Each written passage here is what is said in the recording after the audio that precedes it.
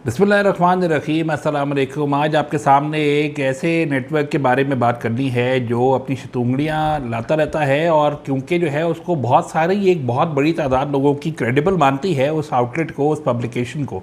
उसकी थोड़ी सी हकीकत आपको बतानी है क्योंकि उसने आज एक फिर ब्लंडर मारा है जिसमें उसने एक फ़ेक न्यूज़ को पूरा आर्टिकल बना के पब्लिश किया है और वो है रिलेटेड टू खान साहब। ये क्या है मामला, कौन सा पब्लिकेशन है और उसकी इंपॉर्टेंस है, उसकी रेलेवेंस क्या है और उसकी बैकग्राउंडर क्या है उसका, बेसिकली ये पीछे से क्या करते रहते हैं और जब क्या वजह बनती है कि एकदम से इनको इस तरह की सेंसेशनलाइज्ड खबर देनी पड़ती है, उसके हवाले से आज थोड़ी तफसील से बात करते हैं। उससे पहले आपसे रिक्वेस्ट कि चैनल को सब्सक्राइब कर लीजिए, बेल आइकॉन प्रेस कर लीजिए, वीडियो को आखिर तक ज़रूर देखिएगा, अगर पसंद आए तो ज़रूर लाइक एंड शेयर कीजिए अपने जानने वालों में इंफॉर्मेशन शेयरिंग के लिए, और कमेंट सेक्शन में जो है आप अपना फीडबैक ज़रूर दिया कीजिए। अच्छा जी, आज हम बात कर रहे हैं, मेरा आज का तीसरा व्लॉग है लेकिन क्योंकि इम्पॉर्टेंट है, अभी खबर सामने आई है तो सोचा कि आपसे शेयर की जाए। एक पब्लिकेशन है द इंटरसेप्ट। द इंटरसेप्ट वो पब्लिकेशन है जो बेसिकली यूएस बेस्ड है और वहाँ से जो है बैठ के ये कुछ ऐसे इसने आर्टिकल्स लिखे जिसमें से एक इसका सबसे बड़ा, जो जब ये लॉन्च हुई थी तो इसका सबसे बड़ा जो इसका बूस्ट बना था या इसकी जो सपोर्ट बनी थी वो था इमरान खान साहब का article in relation to the cipher case. वो साइफ़र वाला जो मामला है जो पाकिस्तान में एक वो कहा जा रहा है कि जो एक थ्रेट थी, एक साइफ़र था, एक मीटिंग की डिटेल थी असद मजीद और डोनाल्ड लू के दरमियान, उसको जो शेयर किया गया फॉरेन ऑफिस से, फिर वो पीएम हाउस और बाकी जगहों गया। पीएम हाउस में खान साहब प्राइम मिनिस्टर थे, उन्होंने वो उसको घुमा दिया और फिर उसी को लेके जो है वो एक जलसे में एक कागज़ लहरा के कहा कि ये साइफ़र है जिसमें इस तरह की मदाखलत की गई है, इंटरफेरेंस की गई है और ये यूएस लेड कॉन्स्पिरेसी है जो कि रजीम चेंज के लिए पाकिस्तान में प्लॉट की गई है, यूएस इसके पीछे है। ये तमाम जो शुरू में आपको याद होगा खान साहब को जब वोट ऑफ नो कॉन्फिडेंस से हटाया था तो उसके बाद ये तमाम बात सामने आई थी। वो साइफ़र गुम गया था, साइफ़र आज तक मिला नहीं और उस साइफ़र का केस भी जो है वो अभी तक कोर्ट में चल रहा है, जिसमें खान साहब को अभी रिसेंटली उस साइफ़र केस के अंदर जो है वो उनको रिलीफ मिल गया है, लेकिन अब सुप्रीम कोर्ट में गवर्नमेंट वो केस को लेके जा रही है। अब उस साइफ़र की जो तफसील थी, जो गवर्नमेंट ने भी अभी प्लीड करना है सुप्रीम कोर्ट में, या इसके अंदर जो कहा भी गया वो उस वक्त इस बात को और ज़्यादा जो है वो हाइप मिल गया जब इंटरसेप्ट के ऊपर वो साइफ़र की तफसील लग गई और वो साइफ़र की तफसील जो है वो उन्होंने शेयर कर दी, जिसको बहुत लोग कहते हैं कि ये वही साइफ़र है जिसको शेयर किया गया है, जबकि वो साइफ़र का जो है टेक्स्ट है, बेसिकली उसका जो एक कंक्लूजन ड्रॉ किया गया था वो वाला डॉक्यूमेंट है जो सबके सामने दिखाया गया था। वो वही डॉक्यूमेंट है जो कि उस वक्त जब उस रात को अप्रैल 10 को जो है जब इमरान खान साहब के ख़िलाफ़ वोट ऑफ नो कॉन्फिडेंस के लिए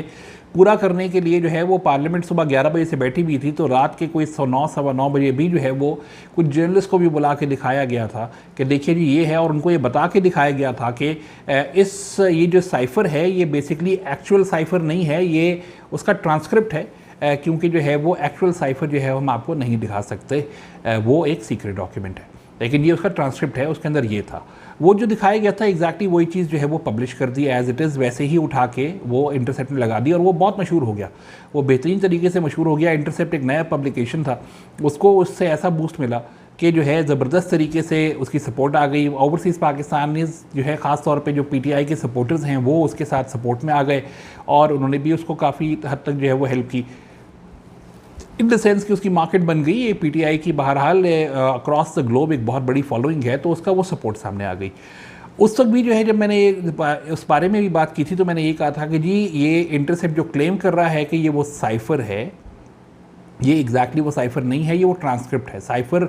जो सीक्रेट डॉक्यूमेंट है वो किसी के सामने भी नहीं आया है, उसकी ट्रांसक्रिप्ट आई है, उसका कॉन्टेक्स्ट आया है और वही डॉक्यूमेंट है जो यहाँ से वहाँ पहुँच गया, जिसको लेके यहाँ पे तो बहरहाल हमारे सियासतदान उसके ऊपर बोलते रहे कि पता नहीं ये क्या है, ये वही वाला साइफ़र है, ये अमेरिका कैसे पहुँच गया, और उसको भी लेके खान साहब के ऊपर वो मुल्क के सीक्रेट्स लीक करने का जो है वो अपना एक बयानिया बना रहे थे। लेकिन आज जो है वो जी उसके ऊपर एक और उन्होंने इंटरसेप्ट ने एक और ब्लंडर मारा है जो कि literally if not anything else it is factually incorrect and quite frankly it is fake news, क्योंकि ये उनकी स्टोरी का टाइटल ही यही है। स्टोरी का टाइटल मैं आपको बताता हूँ जो इंटरसेप्ट के ऊपर लगी है, जून 27 2024 12:52 PM US time, I think ये ईस्टर्न टाइम जोन के अंदर है तो वहाँ के हिसाब से लगी है। अब जो टाइटल है जी वो ये है कि from prison Imran Khan says top Pakistani general betrayed secret deal to stay out of politics. Khan साहब ने अपने सोर्सेज के थ्रू, क्योंकि जाहिर सी बात है कि इमरान खान साहब जेल में हैं, वो डायरेक्टली बात नहीं कर सकते, जिस तरीके से उन्होंने एक सो कॉल्ड इंटरव्यू जो है वो मेहदी हसन को दे दिया बगैर कम्युनिकेट किए, इसी तरीके से इसमें भी जो है वो इसी तरह की कोई कम्युनिकेशन बताई जा रही है जिसमें खान साहब के बारे में कहा जा रहा है कि खान साहब ने कहा कि आसिम मुनीर साहब, यानी कि जनरल आसिम मुनीर, यानी कि चीफ़ ऑफ आर्मी स्टाफ, जो अभी के चीफ़ ऑफ आर्मी स्टाफ हैं, उन्होंने खान साहब से किया गया एग्रीमेंट का बिट्रेयल किया, उनके साथ धोखा किया। उनसे एग्रीमेंट उन्होंने ये किया था कि वो पॉलिटिक्स से बाहर रहेंगे और वो खान साहब को जो है वो किसी भी तरीके से उनको और उनकी पार्टी को डिसमेंटल नहीं करेंगे, आर्मी को और ख़ुद को वो पॉलिटिक्स से बाहर रखेंगे, जनरल आसिम मुनीर। लेकिन उन्होंने ऐसा नहीं किया और ये जो उन्होंने डील की थी बकौल as claimed by this so called article, इसमें ये कहा गया है, जो कि मैं पढ़ देता हूँ आपको क्योंकि शुरू के 2 पैराग्राफ्स हैं। स्टार्ट हो रहा है, from his prison cell former Pakistani prime minister Imran Khan has expressed escalating criticism of Pakistan Army Chief Asim Munir's drive to seize political power, according to multiple sources who remain in close touch with Khan. The communication include new allegations about Khan's history with Munir. According to those in touch with the imprisoned Prime Minister,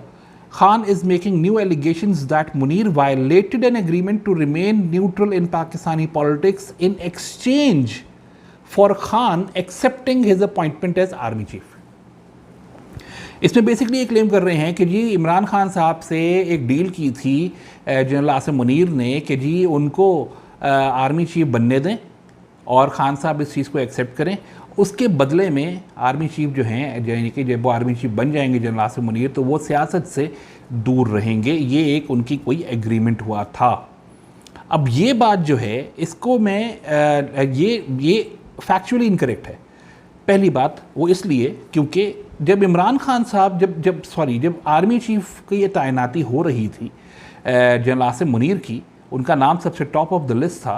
और उनके दूसरे जो थे वो general Shamshad थे, जो कि अब chairman joint chief of staff committee बने हैं। उनका जब नाम सामने आया था तो उस वक्त इमरान खान साहब already was ousted of power as prime minister of Pakistan through a vote of no confidence in the parliament.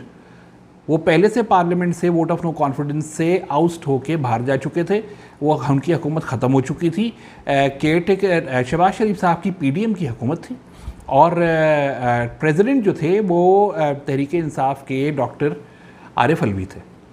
Imran Khan साहब का जो है इस डिसीजन मेकिंग के अंदर कोई रोल नहीं था। तो इमरान खान साहब का एक्सेप्ट करना या इस प्रपोज़ल को कि general Asim Munir army chief बने उसको रिजेक्ट करना, उनका कोई इसमें कोई रेलेवेंस थी ही नहीं, ना ही उनकी कोई ख़ास वैल्यू थी इन दिस रिगार्ड। इनफैक्ट उस वक्त ये बात हो रही थी कि जब ये रिकमेंडेशंस आई, जब ये रिकमेंडेशंस प्राइम मिनिस्टर हाउस से प्राइम मिनिस्टर शहबाज शरीफ की तरफ से प्रेसिडेंट हाउस को भेज दी गई, तो as per rule president has no other option but to accept it. And quite frankly आज ही जो है वो एक इनसाइड न्यूज़ एक और सामने आई कि president Arif Alvi, even though वो उससे पहले साइन करने से पहले, एलिजिडली साइन करने से पहले वो लाहौर गए और वो लाहौर जाके इमरान खान साहब से मिले, उनसे इजाज़त लेके और ख़ान साहब के नॉड के बाद जाके उन्होंने साइन किया आके। और इस चीज़ को भी जो है वो एक पोलिटिसाइज़ किया गया कि अगर खान साहब से वो पहले पूछा उन्होंने और फिर सिग्नेचर किया। इसकी भी अंदर की हकीकत एजाज़ सैयद साहब सीनियर जर्नलिस्ट पाकिस्तान के जो हैं उन्होंने ये रिवील की कि प्रेसिडेंट अलवी साहब ये जानते थे अच्छे से कि वो इसमें उनका हाँ करना या ना करना is not an option, no is not an option. वो ना कर ही नहीं सकते, उनके पास ऑप्शन ही कोई नहीं है एज़ पर लॉ। तो उन्होंने हाँ ही करनी है, उनका साइन चाहिए। अगर वो साइन कर देंगे तो भी ठीक है, अगर वो साइन नहीं करेंगे तो भी ऑटोमेटिकली जो है वो एक्सेप्ट हो जाएगा, एक्सेप्टेड कंसिडर किया जाएगा। ये as per law in Pakistan है, एज़ पर द कॉन्स्टिट्यूशन है। तो इसलिए उस चीज़ को लेके क्योंकि doctor Arif Alvi who was the president at the time, वो ये जानते थे कि इसके अंदर उनकी कोई ख़ास से नहीं है, उन्होंने पहले ही जाने से पहले ही ये डॉक्यूमेंट साइन कर दिया था। खान साहब के पास जाने से पहले ही साइन कर दिया था। नंबर 1। नंबर 2 ये कि इमरान खान साहब उस वक्त प्राइम मिनिस्टर नहीं थे, इमरान खान साहब उस वक्त प्रेसिडेंट नहीं थे, इमरान खान साहब की किसी भी लिहाज से पार्लियामेंट में पोजीशन नहीं थी, तो उनका हाँ या ना करने का तो कोई ताल्लुक ही नहीं बनता था। क्वाइट। और अगर आपको इसकी अब मैं आपको काउंटर कर दूं इस फेक न्यूज़ बेस्ड इंटरसेप्ट के आर्टिकल को, तो वो ये है कि इमरान खान साहब कभी भी इस चीज़ के हामी नहीं थे कि general Asim Munir army chief बने। इनफैक्ट वो जो लाहौर से जो उन्होंने लॉन्ग मार्च शुरू की, जो कि आहिस्ता आहिस्ता इतनी स्लो पेस थी, बाय द वे मैं ये इसको इसलिए जानता हूँ क्योंकि मैं वहाँ था, मैं लाहौर था, तो वहाँ से जो वो शुरू हुई और वो पूरा 1 महीने का ड्रैग हुआ, जिसके दौरान वो रास्ते में जब खान साहब को गोली भी लगी वो हॉस्पिटलाइज हो गए, उसके बाद भी रैली चलती रही और वो एन उस वक्त के पास आती रही जब जिस दिन था basically for the appointment of the new army chief in the country, जिसके अंदर जनरल आसिम मुनीर को आर्मी चीफ बनना था। वो उसी को ही टारगेट करके प्रेशर क्रिएट करने की कोशिश करती रही, नाकाम कोशिश करती रही। इतना स्लो आई कि हम भी जो है वो थक गए थे कि चाह क्या रहे हैं एग्जैक्टली, और समझ आ गया था कि वो बेसिकली उनका इस्लामाबाद आकर या गवर्नमेंट के ख़िलाफ़ तो ये रैली है ही नहीं, ये रैली तो बेसिकली है ही इसलिए क्योंकि आर्मी चीफ की अपॉइंटमेंट को डिलिबरेटली जो है वो डिविएट करना है। दूसरी अंदर की खबर आपको दे देता हूँ, उसकी हकीकत एक और ये भी थी कि जनरल बाजवा साहब भी जो है वो इस मामले के अंदर आसिम मुनीर के हक़ में नहीं थे और वो नहीं चाहते थे कि उनको आर्मी चीफ बनाया जाए। इनफैक्ट वो जनरल शमशाद के हक़ में थे, तो वो चीज़ भी एक अंदर से चल रही थी। तीसरी आपको इसका फैक्ट बता दूँ कि जमान पार्क में बैठे हुए इमरान खान साहब जर्नलिस्ट से जब मुलाकातें करते थे और ऑफ कैमरा करते थे, तो उनके सामने उन्होंने ऐसा कई दफ़ा कहा है कि ये मुझे गारंटी कर दी गई है कि जनरल आसिम मुनीर को आर्मी चीफ नहीं बनने देंगे, वो नहीं बन रहे हैं आर्मी चीफ। उन्होंने ये तसल्लियाँ करवाई थी और कहा था मेरी बात हो गई है, मुझे पता है कि मुझे आगे से खबर आ गई है कि आर्मी चीफ जो है वो बेसिकली जनरल आसिम मुनीर तो नहीं बनेंगे। तो he was always against it. वो अपनी सोर्सेज जो मिलिट्री के अंदर जो को क्लेम करते थे कि उनकी हैं, जिनको अब जो है वो उनकी आंखें और उनके कानों को जो फ़ौज के अंदर उसके पूरे ऑपरेशंस के अंदर मौजूद थी, उनको तो अब फारिग कर दिया गया आसिम मुनीर के आते ही। लेकिन Imran Khan was never in favour of general Asim Munir for reasons everybody nose. फिर भी मैं आपको सामने वो भी चीज़ा रख देता हूँ। इमरान खान साहब जब प्राइम मिनिस्टर थे तो DG ISI जो थे वो जनरल आसिम मुनीर थे और उन्होंने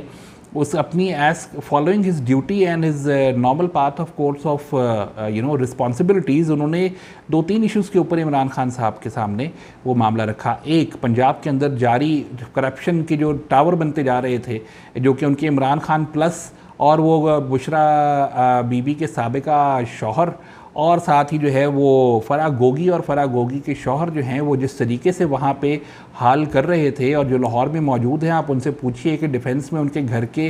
अब अंदर बाहर की जो मूवमेंट थी गाड़ियों की वो कौन सी थी, किस लिए थी और क्यों होती थी, वहाँ पे क्या हो रहा था, सारी ट्रांसफ़र्स पोस्टिंग सबके पैसे वहाँ पे लिए जाते थे, वो सब करप्शन जो हो रही थी उसके उन्होंने हाईलाइट किया, बताया खान साहब को कि प्राइम मिनिस्टर साहब कि आपके होते हुए जो है वो आपकी वाइफ इसमें इन्वॉल्व हैं, आपकी वाइफ के दोस्त इसमें इन्वॉल्व हैं, और वो जो आपके वसीम अकरम प्लस हैं उस्मान बुज़ार साहब वो भी इसमें इन्वॉल्व हैं। आप प्लीज़ इसको फोर्सी कीजिए और इसको देखिए और इसको ज़रा रुकवाइए, क्योंकि ये अल्टीमेटली आप ही की कंधे के ऊपर रख के सब कुछ किया जा रहा है। खान साहब इस चीज़ से अफेंड हुए। दूसरा जो उन्होंने बात की थी वो ये कहा था कि जब 5 अगस्त को इंडिया ने जो है वो आर्टिकल 370 और 35A को एब्रोगेट करके कश्मीर का स्पेशल स्टेटस, जो इंडियन हेल्ड कश्मीर है, वहाँ पे जो उसका स्पेशल स्टेटस चेंज करके उसको 2 यूनियन टेरिटरीज़ में बदल दिया, उसके हवाले से उनको ये रेकमेंड किया गया, उनको ये एडवाइस किया गया इमरान खान साहब को कि सर आप एक joint session of the parliament बुलाइए, जो कि बेसिकली तमाम को सब वहाँ पे इकट्ठा कीजिए, एक रेजोल्यूशन पास करवाइए और यूनिफाइड रेजोल्यूशन हो, सबकी एक आवाज़ हो, ताकि इसका भी एक स्ट्रॉन्ग मैसेज इंडिया को और ग्लोबल कम्युनिटी के सामने जाएगा कि हम इसके ऊपर शदीद एहतजाज कर रहे हैं। खान साहब क्योंकि अपोजिशन को तो किसी खाते में लिखते नहीं थे, उनके हिसाब से उनकी हुकूमत जो है बस वही काफ़ी थी ये सब करने के लिए, तो उन्होंने उसके ऊपर भी जो है वो नाखुश थे कि वो ये मुझे क्यों बता रहा है कि मुझे क्या करना है। लेकिन जब इस तरह से वो दोबारा इस तरह की ही बात उनके सामने लाई गई पंजाब के हवाले से, तो उस चीज़ के ऊपर वो, और बाय द वे इन चीज़ों के ऊपर वो शिकायतें भी लगा रहे थे उस वक्त के आर्मी चीफ जनरल बाजवा को। लेकिन आखिरकार जो हुआ ये कि जी जब खान साहब से इस तरह की जब बातें आसिम साहब ने सामने लाई, SDG/ISI लेके आए, तो उस वक्त जो है वो फिर उनको बाजवा साहब को के सामने शिकायतें उनकी रख के उनको ऑन सैटरडे ये नोटिफाई कर दिया कि आपने जी कल ऑफिस नहीं जाना है, in fact you will be reporting back to Gujranwala. और वहाँ पे उनको मूव कर दिया गया, उनको अपना उनकी सीट से डीसीट कर दिया गया और उनकी जगह जनरल फैज़ हमीद आ गए। और फिर फैज़ हमीद के कारनामे तो आपको मालूम ही हैं, फैज़ हमीद साहब ने क्या ज़बरदस्त बेहतरीन तरीके से खान साहब का साथ दिया और किस तरह से वो चले, क्या क्या करते गए। तो बेसिकली ये ख़बर जो है जी, इस मामले में इस हिसाब से जो पहले 2 पैराग्राफ हैं ये ही गलत हैं, तो उसके नीचे की बाकी चीज़ जो है उसको जस्टिफाई करना बहुत ही मुश्किल है। बाकी वो सारी बातें हैं, वो उन्होंने ये भी कहा कि जनरल आसिम मुनीर ने डील की नवाज़ शरीफ के साथ और उनके जो है उनको वापस उनको हुकूमत देने के साथ साथ जो है वो उनके ख़िलाफ़ जो करप्शन के केसेस हैं उनको भी ख़त्म करने की डील की। और मेरे साथ जो डील की थी कि जी वो कि जी मैं उनको एक्सेप्ट करूं as the new army chief और वो इसके बदले जो है वो सियासत से दूर रहेंगे। वो तमाम चीज़ें, ये दोनों चीज़ें बहरहाल कम से कम एक जो पहली है जिसमें उन्होंने अपने बारे में और उनकी सो कॉल्ड एलिजिड डील के बारे में ज़िक्र किया है, दिस इज़ कम्प्लीटली फॉल्स। ये झूठ है, ये झूठ के ऊपर बेस्ड है। और ये आर्टिकल भी, क्योंकि इसका टाइटल ही यही है और ये इंटरसेप्ट वाले हैं, तो इंटरसेप्ट के जो आर्टिकल है दिस इज़ बेस्ड ऑन झूठ, a propaganda and a fake news. Basically it may also be again be done to attract more audience, क्योंकि इनकी ईमेल मुझे आती रहती है और ये हर वक्त जो है पैसे मांगते रहते हैं कि इतने पैसे करें उतने पैसे करें, टाइम निकलता जा रहा है, हमें डोनेशन करें। इस तरह की जो है अपील्स इनकी आती रहती हैं और काफ़ी है जो है वो मेरे ईमेल के ऊपर इनकी ये आती रहती हैं ये सारी चीज़ें। तो बेसिकली ये अपने पैसे इकट्ठे कर रहे हैं और ऐसे पैसे जब इकट्ठे ना हो रहे हों तो फिर एक तरीका ये होता है कि ऐसा शशका छोड़ो कोई जो बिकता हो बड़ा बेहतरीन। खान साहब से ज़्यादा सोशल मीडिया के ऊपर और कोई नहीं बिकता। और मतलब बिकने से मतलब है कि उनसे ज़्यादा और किसी की सपोर्ट नहीं है और उनके जो हक़ में बात करते हैं उनकी तो सपोर्ट और भी ज़्यादा हो जाती है, वो बात सही हो या गलत हो, फैक्चुअली इनकरेक्ट ही क्यों ना हो। इंटरसेप्ट भी जो है वो उसी लिस्ट में आ चुका है कि इंटरसेप्ट माशाल्लाह एक फ़ेक न्यूज़ को इन्होंने बड़ा ज़बरदस्त तरीके से जो है वो किया है। एंड आई एम श्योर कि अभी तक अगर आप सोशल मीडिया पे देखेंगे तो आपको ये नज़र आ जाएगा कि जी ये आर्टिकल जो है ना, अब ये तहरीक इंसाफ के सपोर्टर्स, उनके प्रोमोटर्स, उनके जो वहाँ पे बाहर जो लोग बैठे हुए हैं जिनके बारे में कह रहे हैं कि जी उनकी फैमिलीज़ को अटैक कर रहे हैं, वहाँ के जो 5 जर्नलिस्ट हैं, 5 की ब्रिगेड जो है जिसमें से जो है मोहित पीरज़ादा, वजाहत खान, वो जो एक ARY वाला था रिपोर्टर वाला वो, और डॉक्टर शहबाज गिल, ये सारे जो हैं ये तो अब आप जो बेसिकली डिक्लेयर्ड वो हो गए हैं, एब्सकॉन्डर्स हो गए हैं। इनके एसेट्स भी यहाँ पे सीज़ करने को कहा है और बाकी जो PTI के लोग जो बाहर हैं उनके यहाँ पे वो भी जो है वो एब्सकॉन्डर डिक्लेयर्ड है, उनके ख़िलाफ़ भी यहाँ पे उनको ढूंढा जा रहा है। तो ये भी सारी इस चीज़ के अंदर हाईलाइट की गई हैं। Basically it's a concocted story. इसीलिए जो मेरे आपका थंबनेल भी आपने देखा, this is a fake news based on fake wrong facts. तो इसलिए ना सिर्फ ये रिपोर्ट इंटरसेप्ट की फैक्चुअली इनकरेक्ट है बल्कि it is part of a disinformation false narrative building campaign जो ऑन एंड ऑफ चलती रहती है। और इस तरह के नेटवर्क्स जो दूसरों से पैसे मांगते रहते हैं, डोनेशन लेते रहते हैं, जब इनके पास पैसे ख़त्म हो जाते हैं या कम हो जाते हैं तो वो इस तरह की ही कोई स्टोरीज़, टेबल स्टोरीज़ जो है कॉन्कॉक्टेड करने की कोशिश करते हैं ताकि दोबारा उनकी वो सपोर्ट बेस बढ़े, दोबारा उनकी हक़ में जो है वो आने शुरू हो जाए, फ़ंड रेजिंग अच्छी हो जाए, सपोर्ट ज़्यादा आ जाए, डोनेशन ज़्यादा आ जाए। तो आज की खबर बेसिकली ये थी जो मैंने अभी देखी, मैंने सोचा कि मैं आपसे ज़रूर शेयर करूँ कि प्लीज़ बीवेयर। और डिसइंफॉर्मेशन और फेक न्यूज़ को हमें कभी भी प्रमोट नहीं करना चाहिए, हमें हमेशा उसको एक्सपोज भी करना चाहिए और साथ ही जो है उनको डिग्रेड भी करना चाहिए और उनको किसी भी तरीके से लोगों के दिमागों के ऊपर नेगेटिवली जो है असरअंदाज होने से, वो भी गलत इन्फॉर्मेशन झूठ बोल के जो की गई हो, उससे बचाना चाहिए। बहुत शुक्रिया।